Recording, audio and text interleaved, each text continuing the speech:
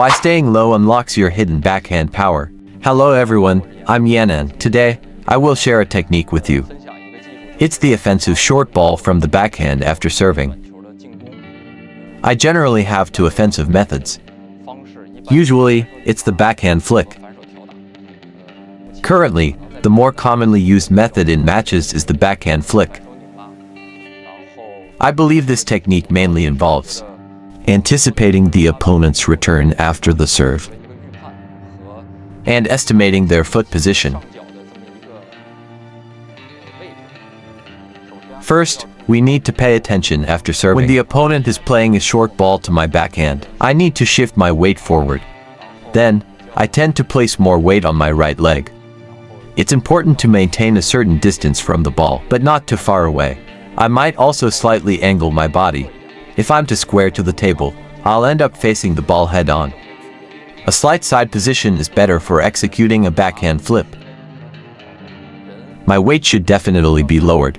Then the center of gravity should be very low. You need to lie flat on the table. Because the opponent's short ball is very low, if your center of gravity is too high, you won't be able to reach with your hand. So first of all, the center of gravity, as well as the positioning of the elbow, must be very low. At the very least, it should be at the same height as the opponent's incoming ball. This way, you can create the space to perform a spin shot.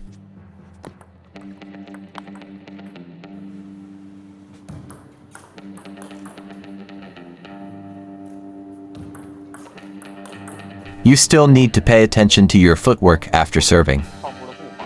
And your overall center of gravity must be at the height of the ball returned by your opponent. In simple terms, it should be about the same height as theirs. You'll have the space to execute a counter loop and attack. If your hand is higher than the ball, you basically can't attack from that angle.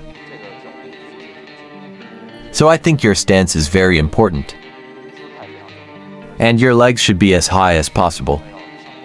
Then your center of gravity should lower. Then you need to execute your own pull shot. This includes stating that the attack has good space. This allows you to enhance your shot quality.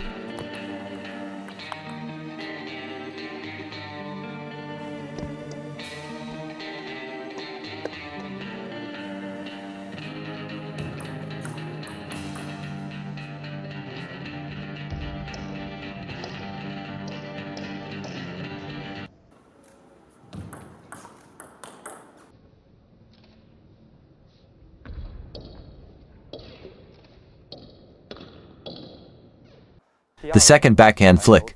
This is a method of attacking close to the table. I have a backhand loop and a backhand flick. I believe we are in the era of looping now. Having a backhand flick will provide the opponent with a different rhythm change in defense, including the element of surprise in offensive techniques. More variety can also yield unexpected results. However, the backhand flip and backhand flick depend on the quality of the opponent's serve return, including the height of the serve return. These factors pertain to how to utilize them. We need to practice extensively, including applying them in matches, to develop our own understanding.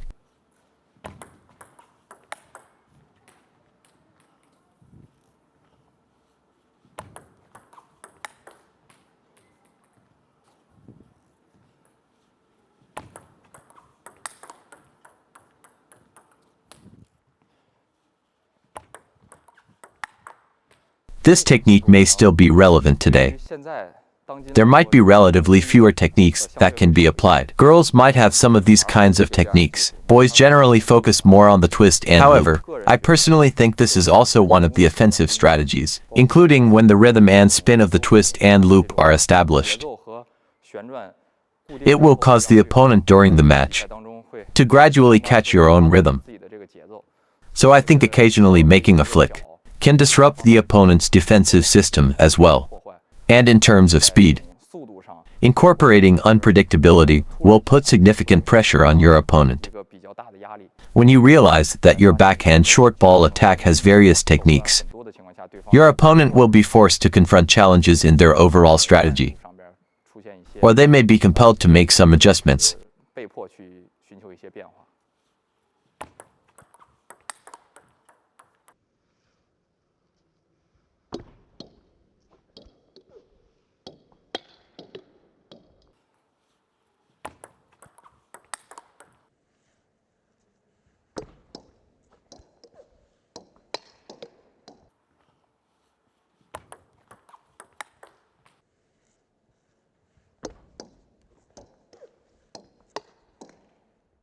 Many friends ask about whether to add spin or not. What does it mean to put spin on the ball or not? Putting spin on the ball or not is actually about hitting it flat. It's all about contacting the bottom of the ball or hitting the center of the ball. The bottom will definitely add spin. The center will not add spin. The technique of spinning or not is more commonly used in doubles, including in mixed doubles. Whether it's a forehand or backhand serve, first, a spin serve might be easier to control and more consistent. After all, in doubles, serves are only allowed on the right side of the table. It can create challenges for your teammate positioned behind when it comes to attacking. And sometimes, the stronger the spin you serve, the stronger the spin the opponent receives can be, because you have to consider your partner's counterattack behind you. So whether to add spin or not can be viewed as current flat play. Everyone trains using the first strategy in doubles. Whether to add spin or not actually depends on the backspin of the ball. It relies on the bottom of the ball. This ball can be seen to travel essentially straight. It doesn't curve left or right, it's basically straight. So not adding spin is just pushing the ball like this. Basically, to put it simply for everyone, it looks like this. However, they will control the spin of the ball during matches, control the arc of the ball, then create as many feints as possible. Send the ball lower and flatter. This way, regardless of whether the opponent returns a short or a long ball including topspin and counter loop, the spin of this ball will be relatively consistent. Then the spin will be a loop.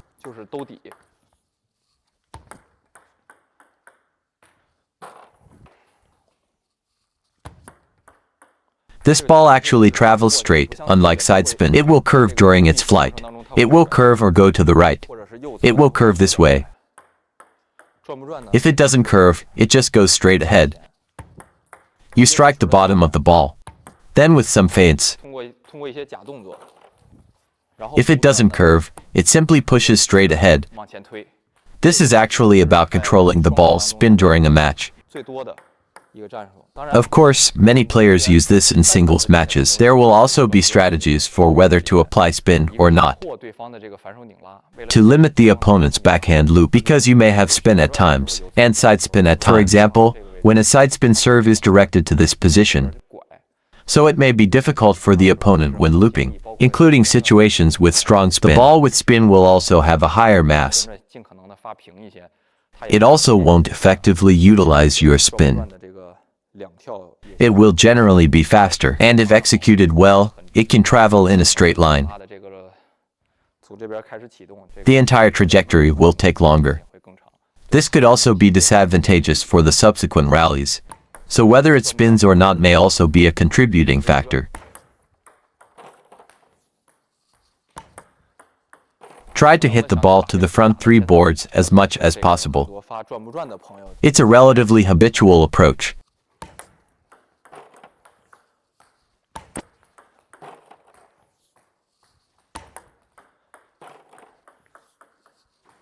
A non-spinning ball is actually all about maintaining consistency. Then you still need to pay attention to this. One is the sudden and deceptive nature of your shot, and the other is to make the spin a bit ambiguous.